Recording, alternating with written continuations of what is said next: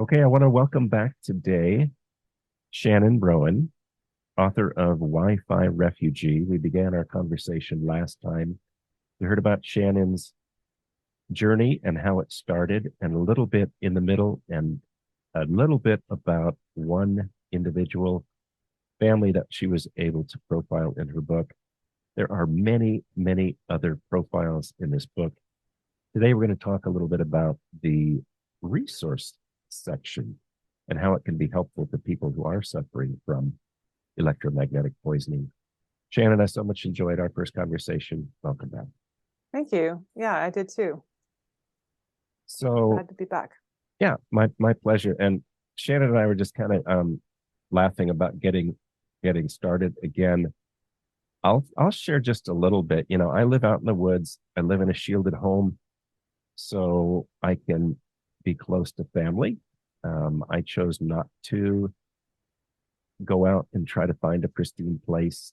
Um, I found a pretty good place, and then we shielded the rest, and that allows me to get restorative sleep, and I can go out and do things in the world, and then come back and recover, and then go out and do it all over again. And so, yet I have certain limitations, and Shannon, I believe you have certain limitations, and so putting this together and using technology to have these discussions is not without its challenges. So I'm running on battery power now. We're going to go till the batteries quit, and or maybe 2 minutes before, because I don't want it to end abruptly. But I really wanted to continue this discussion because we kind of left people with, I think, the idea that we're not trying to convert anybody who is out there and they're listening to this or they're watching this in disbelief about electromagnetic poisoning or EHS or electrical sensitivity, call it what you will. Maybe this isn't the right place for you. This is a place and the time to talk to people who are suffering. They know it's real. They don't need to be convinced. So we were able to get into some really cool things about how maybe this technology is killing us. Apart from just the non-native radiation exposure that is cumulative and may have us all electrically sensitive one day, but it's stealing away our lives. And so that was a lot of the flavor of our first conversation. And I want to give people some solutions. And so you have an appendix in the back of the book. I call it an appendix. It could have been maybe another book.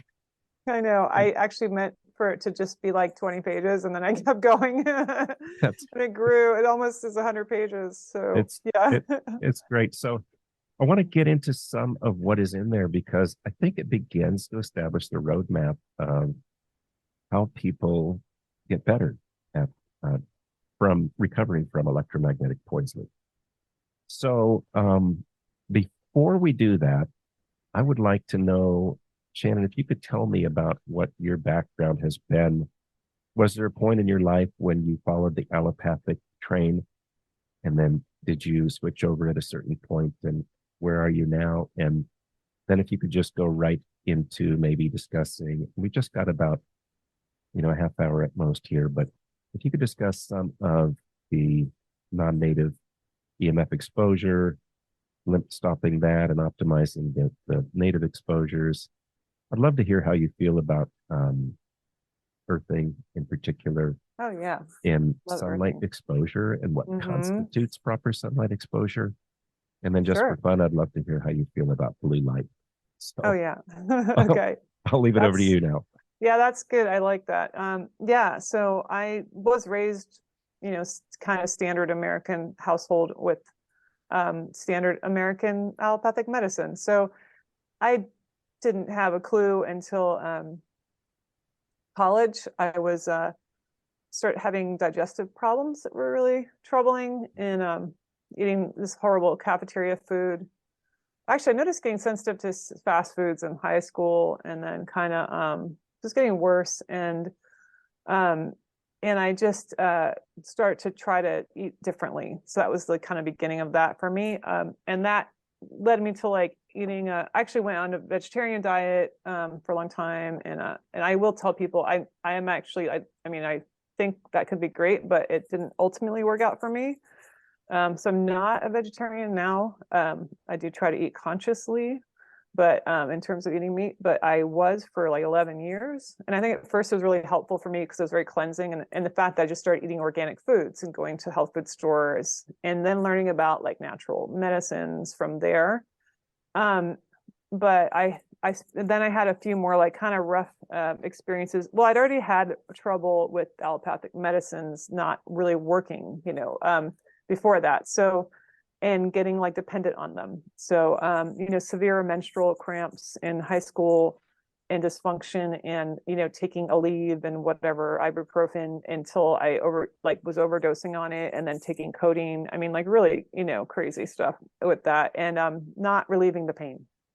So, mostly that was my like journey into herbal medicine was trying to find pain relief for horrific menstrual cramping, which is, I mean horrific. Like I wanted to kill myself when it was happening. Oh Like my. I can't, this is horrible pain, right? Every month, like for years. So like a nightmare. Finally finding some solutions with herbs. And now, for a long time now, I haven't had pain. If I do, I know what to do about it. So yeah, I have a long history of like kind of having to figure this out. So I'm coming from that background where this is like at least 20 years or so of turning to like natural medicines and having them work. So it really was just about it not working for me and causing and further like causing more problems, the other problems, side effects, and whatnot, long-term side effects. So I feel like I'm still detoxing from so-called allopathic medicine. I don't even like to call it medicine.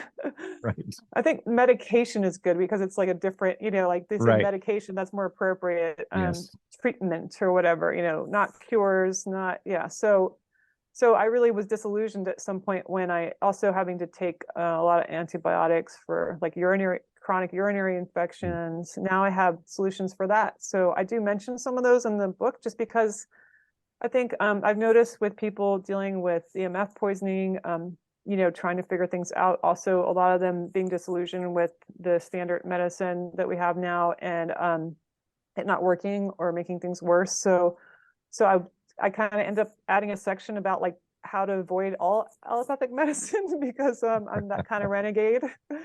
I don't touch the stuff anymore. It's been at least probably about 15 years since I've had anything like that's pharmaceutical. So I've found solutions and they work and I've tried to include them. So just for anybody who does have UTIs, and I know how horrible that is, manzanita leaf tea, amazing, amazing. And it grows here. Out west, you got it like everywhere. So it's super easy to access. We got some of the property here. I sometimes still get that. It starts, it'll actually work for like a bladder infection too, even really bad ones. So we've both, my partner and I use that tea. And so I explain that in the book, but, kava for pain relief for menstrual cycles, also motherwort herb is really amazing for that too. And that'll actually help like regulate your cycle and your hormones over time if you keep using it. So yeah, but in terms of EMFs, so what was I going to say besides that? So yeah, that's kind of my introduction to like why I don't do drugs. Right. I don't do drugs. I don't even really, I think cannabis can be good in some cases and CBD oil and that. And I'm not against it. I did use that for pain relief at first before I found I thought better medicine. So with cannabis, when I used that for pain relief back a long time ago, it worked by like distracting my mind from the pain. It didn't really relieve the pain and it didn't really resolve the problem. So I think that is kind of a trap with that medicine. I think that is a medicine. It's from the earth, but sometimes it's contaminated with the chemicals because if you don't know where you're getting it from and it's not organically grown, there are side effects. People know that, of course, I think.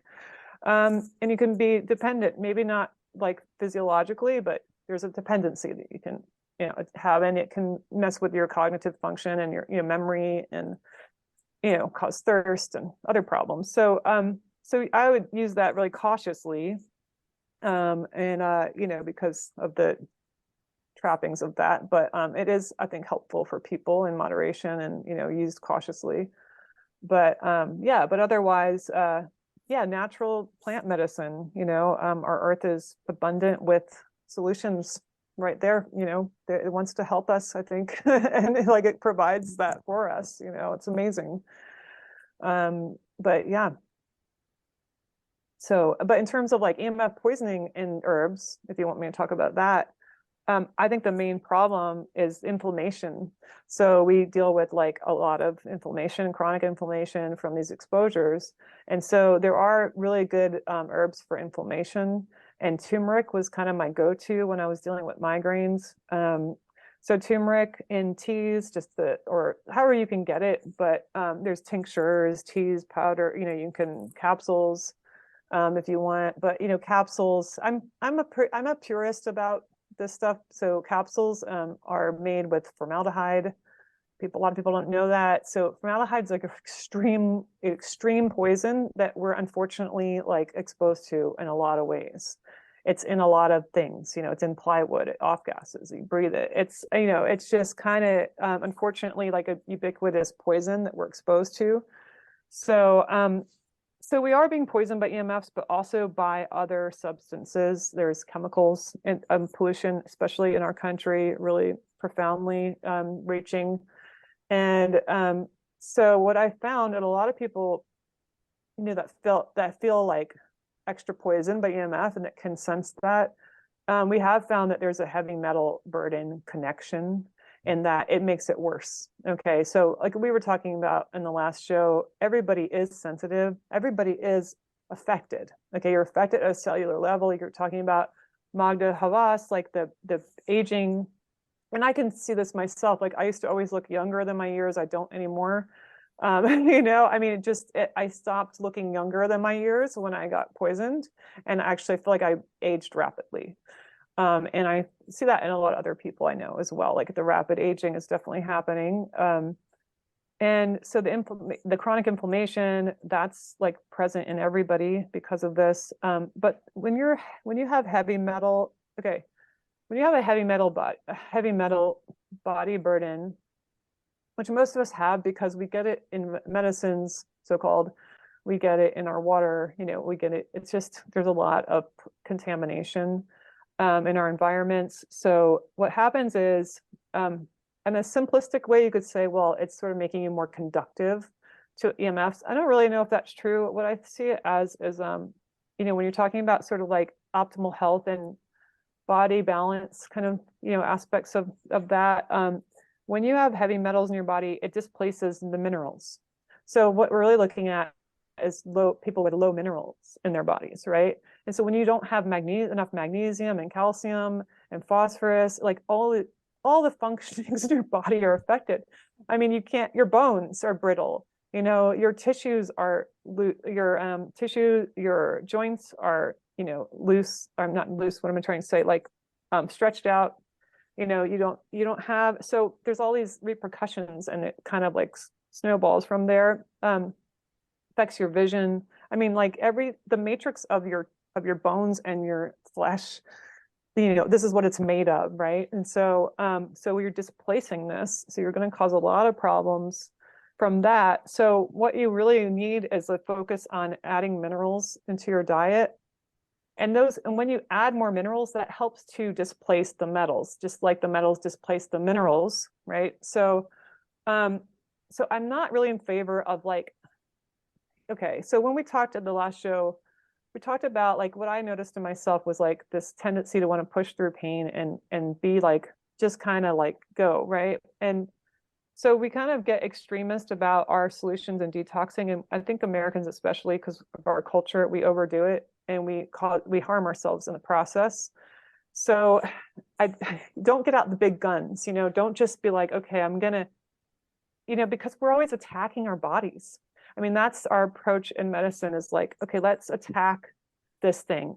Whatever you think is in you and invading you, a virus or a bacteria or, or whatever, fungus, whatever, and cancer, you want to kill it, like let's get something to kill it. And you cannot do that without killing yourself. Like you're talking about your whole organism here in your body. So you can, so I just don't, anything I suggest, I always, especially with detoxing, to advise to go really slowly. And I'm guilty of this. I mean, I'm laughing about it because I want to do this too. I want to just get rid of it. I don't know how many years I spent trying to like kill parasites because I traveled a lot. I've been in India and stuff. And we all probably have parasites. That doesn't necessarily bad though. It's like, this is a balance thing again. Like, I don't think you can not have parasites in your body. And so the goal shouldn't be to like just get rid of everything, Mhm. So it's about balance and supporting. So I try to look at this as like, how can you support yourself? How do you support your natural ability to eliminate poisons, to, rest, like all these things that our bodies know how to do? Like, how can we aid that process? And that's And really yeah, kind of the basis of the naturopathic approach. Really, is it's to support health rather than, I think, as you put it, like, well, I'm paraphrasing, targeted destruction. In the yeah, case of parasites or whatever it would be. right. And I love that you mentioned turmeric. That was my go-to. Now, I used a powder to get away from the capsules for the exact same reason Hmm. you wanted to get away from it.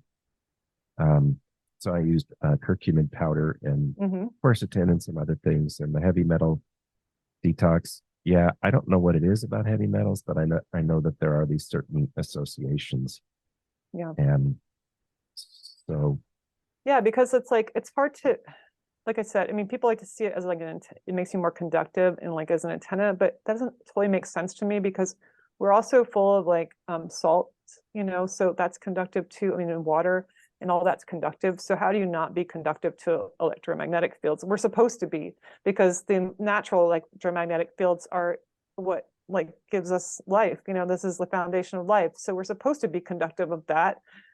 So I don't think you can get away from being conductive of the energy, but I think it really comes down to like, how much are you poisoned and how can we like try to right this, because get it it's back the into overall balance. Yeah, burden, like how burdened are you and how, right. So obviously if you can relieve the one kind of poisoning and remedy something with that, you're going to feel better. You're just going to feel better, right? So the other thing might not be as horrible. So if you're like, you've got, all the chemicals coming at you and the heavy metals and, poisonous medicines you're ingesting and poisonous foods, and then you get the EMFs, like obviously that's just going to be harder on you, right? So we're basically doing what we can in this situation, whatever is right, available to us. right.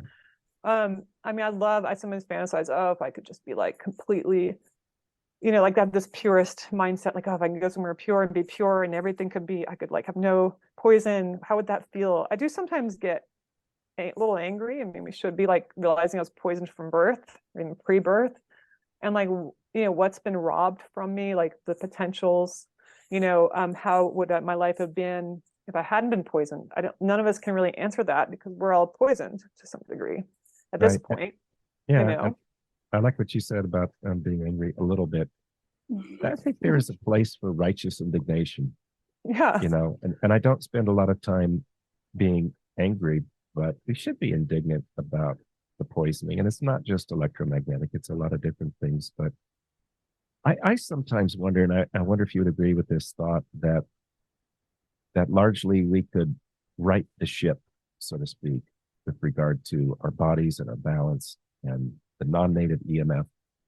I sometimes think that we could just fix that by getting to a pristine place or creating a Hmm. pristine place and indulging in the natural EMF. And then Yeah. over time, that might not right the ship. That's not to say other things don't need some Yeah. attention in long term, but I wonder if you would agree that's Yeah. maybe the big thing that needs to It is the happen. bigger thing, I think. And I know that like Jack Cruz agrees with that. I don't know if you know his work. Like he focuses less on food and even like other things you ingest because he says it's all electromagnetism and it's all about light, like sunlight and these cycles and the light cycles, right? Circadian rhythm and the water. And so, if you focus on grounding and water and sunlight, that's kind of like the main things. And you kind of have these like, the Indian gurus who supposedly lived off of just that and didn't eat, kind of extreme end of that. But yeah, I do. I think what probably one of the biggest things that's helped me. I'll say, okay, I'll tell you what the biggest things that helped me were. I started with the turmeric as like, coping and everything, but grounding, meaning going barefoot in nature where you're not like away from like ground currents. You want to do this like where you're not like under power lines or something, right? But there's something about like your bare, like walking on a beach. People know how good that feels to walk barefoot on a beach. And it's because you're actually like you're discharging this voltage that accumulates in your body. And so I think that's what's happening. You're just like we ground electrical wiring to discharge the excess into the ground. I mean, you're doing this from your body. There are body voltage meters. I've never used one. I don't know. Have you used one? Yeah, that was when I didn't have a lot of money. I was just getting started in this EMF analysis. I made, instead of having an electric field meter, I converted a voltmeter to a body voltage meter, and it's a good way to go. It shows you the efficiency of the coupling between the human body and the low frequency non-native EMF, like what's associated with the power lines. I mean, a very visual demonstration with the client is to be in their house and have them holding on to this probe really for the body voltage meter, and they can see a voltage there and they're thinking, okay, so what? And you drop the voltage in the house, you turn off the main electric panel and it just goes to zero. Yeah, wow. And that's it's a cool. pretty amazing thing for people to see, and it helps people, kind of understand. And I'm guilty of like spending too much time on my laptop, especially that I got into writing after, wanting to write the book and then writing other books. And I actually have a goal to, when I finish this book, to really cut back on that. I think it's easy once you start feeling better to get gung-ho about things and then kind of like push yourself again. And I feel like I'm starting to get into that trap. Does and it I need to hurt really you? back off. Yeah. Does it hurt you to use your computer? It does. Even without the Wi-Fi? It hurts a little bit. Me too. Because, it's like, I feel it. And because you can't. It hurts a little bit right now, doesn't it? It hurts a little bit right now. It's taking a toll. Close. We're not paying. touching it. Yeah, we're paying for this. Yeah. You can't not, it's like, I've even like, I'll read a book at night and I'll have a battery powered flashlight in front of it to read by, because we don't have electricity and we don't have lights. And I feel the battery bothering me. It'll bother my heart. I mean, Arthur Verstenberg's book, right? Invisible Rainbow really brings us home. In the early days of electricity, with even the Leyden jar and everything, they noticed people reacting to way less than anything we're exposed to today. We don't think a battery is a big deal, like holding something with a battery in it, but it actually does affect us, right? And I actually, you reminded me, when you're telling your story just then, you reminded me of something pretty stupid that I did for a while that I should tell people just to warn them against, and I didn't put it in the book. When I was trying to fight the parasites, thinking that was the root of my problems, not knowing about EMFs or anything. And like the thing about parasites is that they will proliferate in electromagnetic fields. It's again, like these fields will cause certain things to grow more, yeasts and fungus and stuff. And yeah, they can make you feel bad. But you're never going to get rid of them just by like killing them because they'll come back. You're in the EMFs, And so you need something else to help with that. Anyway, I tried these protocols, and one of them was a little extreme. It was herbs in that, but you can go crazy with the herbs too. Some of them are really powerful. But I tried the zapper. Do you know about the zappers? Hulda Clark. Oh, yeah, I do. Right. Okay. Yeah. So before I became really electric sensitive, and this might have something to do with it. Right. Looking back, I got some piece of the copper, like she advised. I made my own zapper, got a 9-volt battery, hooked it up with alligator clips to the copper, wet paper towels held onto this, and like electrocuted myself intentionally, right, for an hour or whatever, to kill the parasites, because allegedly, like a lot of approaches with allopathic medicine, allegedly you can target, oh well, these things in your body will die at this, but the rest of it will be fine. We can't do that. That's not possible. That voltage obviously harms something else. We don't understand. We're trying to always dissect things to the smallest parts and understand life that way, and you can't understand life that way. And no matter how much we talk about all this stuff, I'll talk about these solutions, but I can't really tell you why necessarily they work. We can theorize, but I'm not going to be arrogant enough to say that I know why. Right. That I know exactly why, because of science. We can measure everything. We know why. We don't. These are theories and these are ideas we have, but I don't really know a lot, and it's fine. We should be okay with mystery. Like, I'm kind of become okay with mystery now. Like, this is one of my lessons has been things are mysterious, and like, so, okay, this feels good. It's mysterious. It's coming from the earth. I don't know. This is what we're supposed to live in. I think this is why it's, we're supposed, like, how have our ancestors lived? How have healthy people lived? We should look at that. Like, healthy people throughout history, how were they healthy? Really healthy. I mean, like, people living into their hundreds and, strong and healthy and don't have all these weird illnesses we have now. Like, they don't call it like the diseases of civilization for nothing, right? Right. So how were people healthy before all these miracle medicines? Like, how were they healthy? And they weren't poisoning their environment, their foods. They didn't use pesticides. They didn't use herbicides. Why were they healthy? Right. So, and the key things to me, and I want to talk about sunlight, is sunlight exposure. And so it doesn't matter where you live. I mean, it could help if you have more sun or not, but what matters is, because the way we're living now is like most people are indoors during daylight hours and they're exposed to blue light, which is artificial lights. Pretty much all light now is blue light because they took away our tungsten or incandescent bulbs from us. Yeah. They stole those away, right? And so and there's a lot we could talk about there, just with the waveforms and the lengths of the waves, and so, but the color of it specifically. So there's like wavelength, and there's color, and there's flicker. So we've got the flicker problem with the fluorescence, and which really disturbs some people a lot.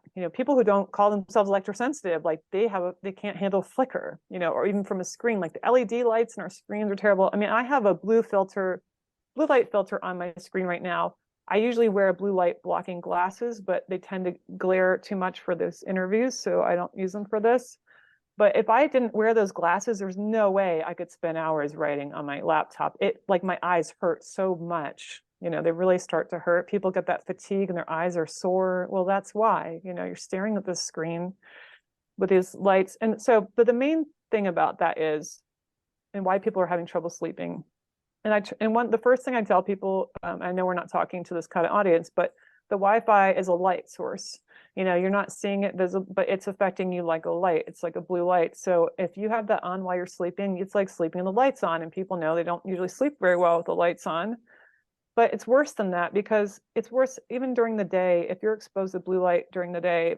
So blue light is like most like sunlight at noon. So if you're basically getting like noon sunlight all day long, and at night, then you're really messing up your hormones. Like, this is including melatonin production. Melatonin production happens all day long. It doesn't just happen at night. So like, you need the sun. The sun, we're like made to rise with the sun and go down with the sun and be exposed to it during the time it's out. Not just a few minutes, but like the more time, the better. And I usually feel the best when I'm outside most of the day. I just do. And it doesn't matter if it's cloudy or sunny or raining. If I'm outside most of the day, and then I go to bed shortly after it's dark, and get up shortly, after, as soon as it's light, then, and that was one of the main things I did at first, was to get my sleep schedule back, was to make myself get up with the sun and to go to bed, shortly after, and to keep with that. And that really made a huge difference for me. And also sleeping outside on the ground. So you've got the Earth's, resonance, the Schumann resonance. Again, it's like, okay, then we get into measuring things and science. I don't know. Is that why we feel good at the, on the ground? Maybe there's a lot more to it than that. Maybe there's things we can't totally understand, but we know it makes us feel good. So let's do that, right? And let's support ourselves that way. Epsom salt baths, that was a big thing for me, and I know a lot of my friends too kind of survive that way, and I think that's just you could talk about the ions, negative ions, and that from salt water. One of the things I do here, as soon as we moved out here a couple of years ago, is I got into surfing, and so I bought a wetsuit and surfboard, and because it's cold water here, so I've got a thick wetsuit. But it's like, it feels so good to be in the water, in salt water, and when the sun's out, and then be on the beach.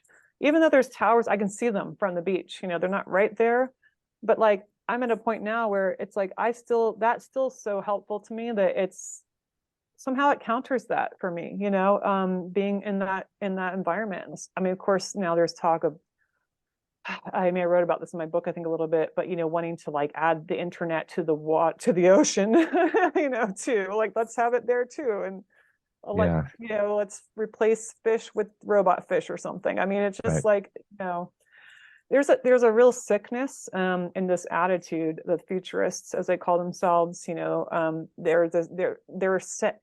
To me, they're unwell. They want to replace the natural world with an artificial replica, thinking that's better, you know. And we already have that kind of mentality with our bodies, and we've been trained a long time to think, well, an artificial hip is better than your real hip. All these replacement parts are better. This drug is going to be, this chemical we're going to add to your body is better than. And so I think I want to like encourage people to, let's get back to natural wisdom, you know, natural wisdom of your body, and listening to that, connecting to the natural wisdom of the earth. And we see that we're more resilient than we know. And so is the earth. Like you were saying, if we could just get in these environments, like how much could we recover? Probably a lot, you know, probably a lot more than you'd expect to recover. And then at the same time, you know, and again, I don't know, I haven't been able to be in a completely pristine environment this entire time. But when I did finally get out of like the really bad stuff and moved to Arizona, it took me a longer to recover at first than I ever expected, because I was a lot sicker than I realized. And I want to kind of emphasize that, because at first, when we got away from that, I realized that I couldn't handle EMFs in the car. And this is an old car. It doesn't have all the fancy new stuff. I had to sit in the back seat. I had to be driven places. I couldn't even like go to town at all. I couldn't cook on an electric stove, because that's all we had was an electric stove. I couldn't stand there with a refrigerator. I mean, I was extremely disabled, and this was like the first year, and I had to be taken care of. You know, Sam had to cook and go grocery shopping and do everything. And so it was impoverishing too. I still maintained and this is maybe why I didn't recover as quickly, as I still had an administrative job I had to do online. I had to be on a computer most of the day. And this is a problem for a lot of people, is that now all the jobs, any job you can think of almost, needs a computer. Mm-hmm. You know, Yeah. and it's like, this is, even though you're farming, you need a computer. I mean, it's just kind of crazy now, right? It's gotten so crazy. Whoever would have thought when this started, when personal computers came out and the internet, that we would have to have them, that it wouldn't be an option. And I think that's a good reminder, just to remember that, like to realize that these used to be, they were sold even as augmentations, you know, conveniences, but now they're necessities. Right. And now it's getting so you can't bank without them. You know, you're not going to be able to do anything without them. So it's like, you can't travel. So it's a trap, because they're not, these things are becoming, you know, it's caused us to reconfigure everything in our society so that we're completely dependent upon them, while they're robbing us of our health with the blue light. And but what I was saying about the light cycles is like, it's amazing how much that helps.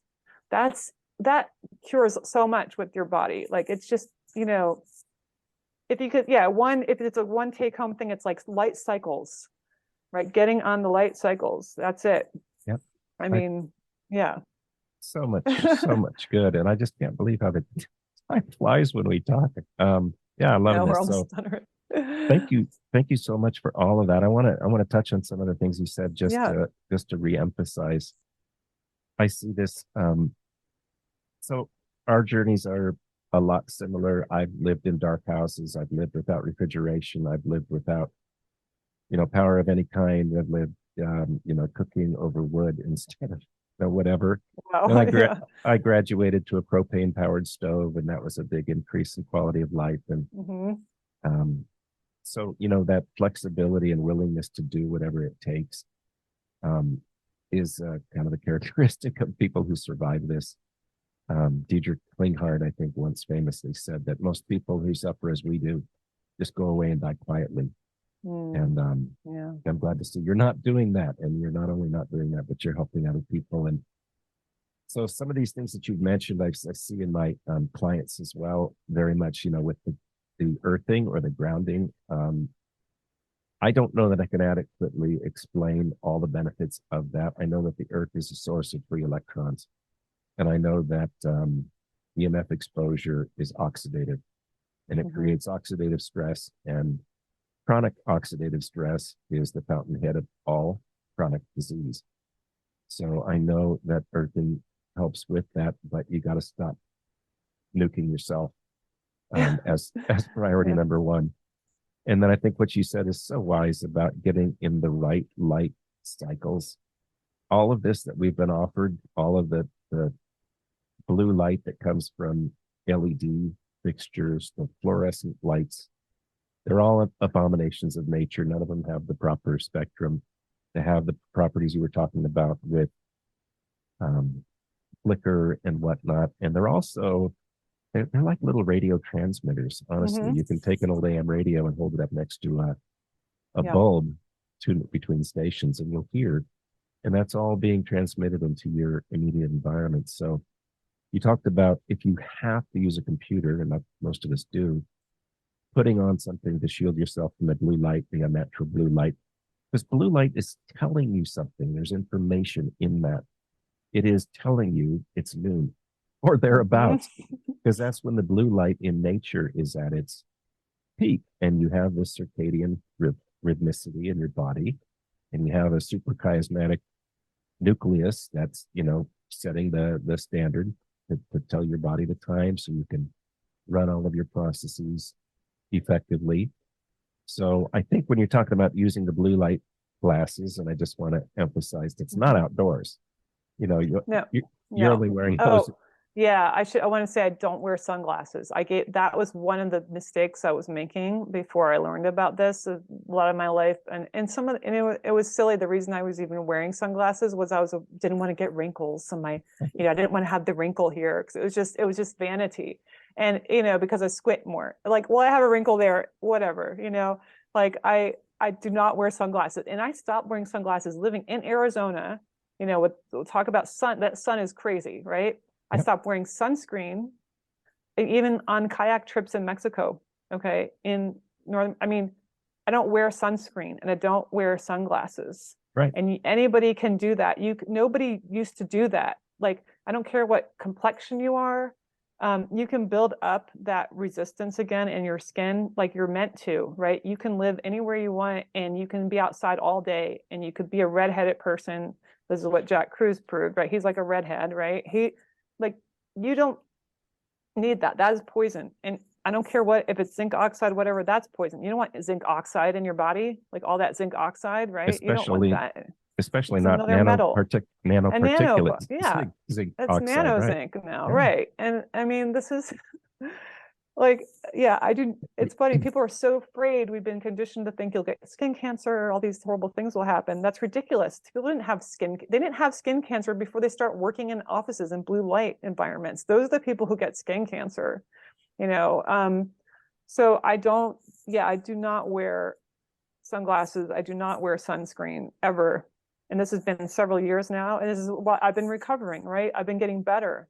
I might get a little burned sometimes, but if I think I haven't had enough sun exposure and I'm going into it without having, it built up, then I'll wear more clothing. It's like you just, you can build up to it. And the main thing that people don't realize is that you need the infrared exposure early in the day and later in the day, not just the bright sun. And that infrared exposure protects you from the bright sun. That's the whole point. Like, it all works together. There's a natural intelligence, like I've been saying, and it is intelligent, right? So, and I was just thinking while we were talking that this blue light actually, because we think, well, noonday would be the most energizing time of day, but it isn't. That's when people get tired and need to rest. Usually around noon is when you take a break and you have food and you relax and you maybe have a siesta. Like if you think about traditional cultures, working outdoors, you rest in the middle of the day. And so actually it's fatiguing in a sense too, right? It's going to make you feel tired. Because it's like, oh, that's the time I'm supposed to be resting now. There's just so much. The thing that you keep telling people, it's like, these are artificial. You can say that, oh, well, there's radio frequencies in the environment, there's EMFs in the environment, but it's different because it's not artificially produced. And so, like, for example, they try to tell you that X-rays are the same as being in the sun, and that is completely absurd. There's no similarity there.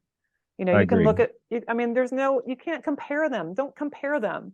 You know, you don't, I mean, they tell you, the dentist, oh, it's only like being like 10 minutes in the sun. Like, no, it isn't. The sun is No, I beneficial. The know. sun sustains all life. I This know. is why we all are alive and the plants grow. X-rays don't do that. X-rays destroy you, destroys life. So no, don't tell me it's like standing in the sun and the sun is bad. I mean, we're told that the natural world is bad and the artificial world is good. And this is the backwards programming we've all had to deal with. And we have to keep dealing with it and keep remembering that we're, you know, being conditioned that way and programmed. It's not the truth, right? So Well, don't be afraid of the sun, and go out in the sun. And of course, like, don't go crazy if you haven't been in the sun for months or years. Like, do it a little bit at a time. Oh, sun gazing is amazing. You know, I've started doing that. Well, unfortunately, I don't live in a place it's easy to do because we've got these high ridge lines around us, and we have to wait for the sun. So once it's winter, like, the sun barely comes up over it. But I started doing that, and that's really interesting. I like that. You know, it's actually staring at the sun, the thing you're told to never do when you're a child, never stare at the sun. But I'd still say don't stare at the middle of the day. It's pretty bright then. So early in the morning, you know, when it's just come up, the first like hour after it's come up, I think it's up to an hour after it's risen, it's safe. And then like, right, you know, a couple hours before, I think it sets, you can do it. I mean, there's instructions online, you know, about sun gazing, but yeah, I'd like to get into that more this summer, and try to do that every day. And that's a good practice because then you're like getting up with the sun and you'll spend time looking at it, and it's meditative. And, you know, and looking at candlelight, using candlelight. You know, we spent most of the winter with candles, and it's actually really nice to have the fire going, having candles. It's really relaxing. I mean, I'm guilty of still occasionally watching a movie at night, which is just, or sometimes working at night, which is really bad. And then I really don't sleep well. okay, But we're good. Oh, you got to go. Yeah. I'm about to, Battery. my battery is about dead. I would love to continue this Yeah, indefinitely, I should go but too. yeah, this is fantastic. So next time we talk, if there's next time, I want to talk to you Yeah. about forest bathing and Oh, yeah. Epsom salt baths, ditto on that and whatnot. Hmm. And I'm sorry I have to end this quickly, but I don't want the battery to just trump No in the middle problem. of this. But I do want to leave people with, again, if you haven't a copy of this, you need to get a copy of this. It is such a refreshing read to understand that there are other people out there that are suffering from this type of poison, and it's been written beautifully. It's very easy to read. Thank you. We didn't even talk on at 1/10 of what's in the resource section today. So there's a lot of richness there. And I'm just so grateful to have the opportunity to talk to you. And I look forward to maybe one day we can meet in person because That would be amazing. Yeah. yeah. So thank you so much for being with us today. Appreciate it. You're welcome. Thank you. You bet.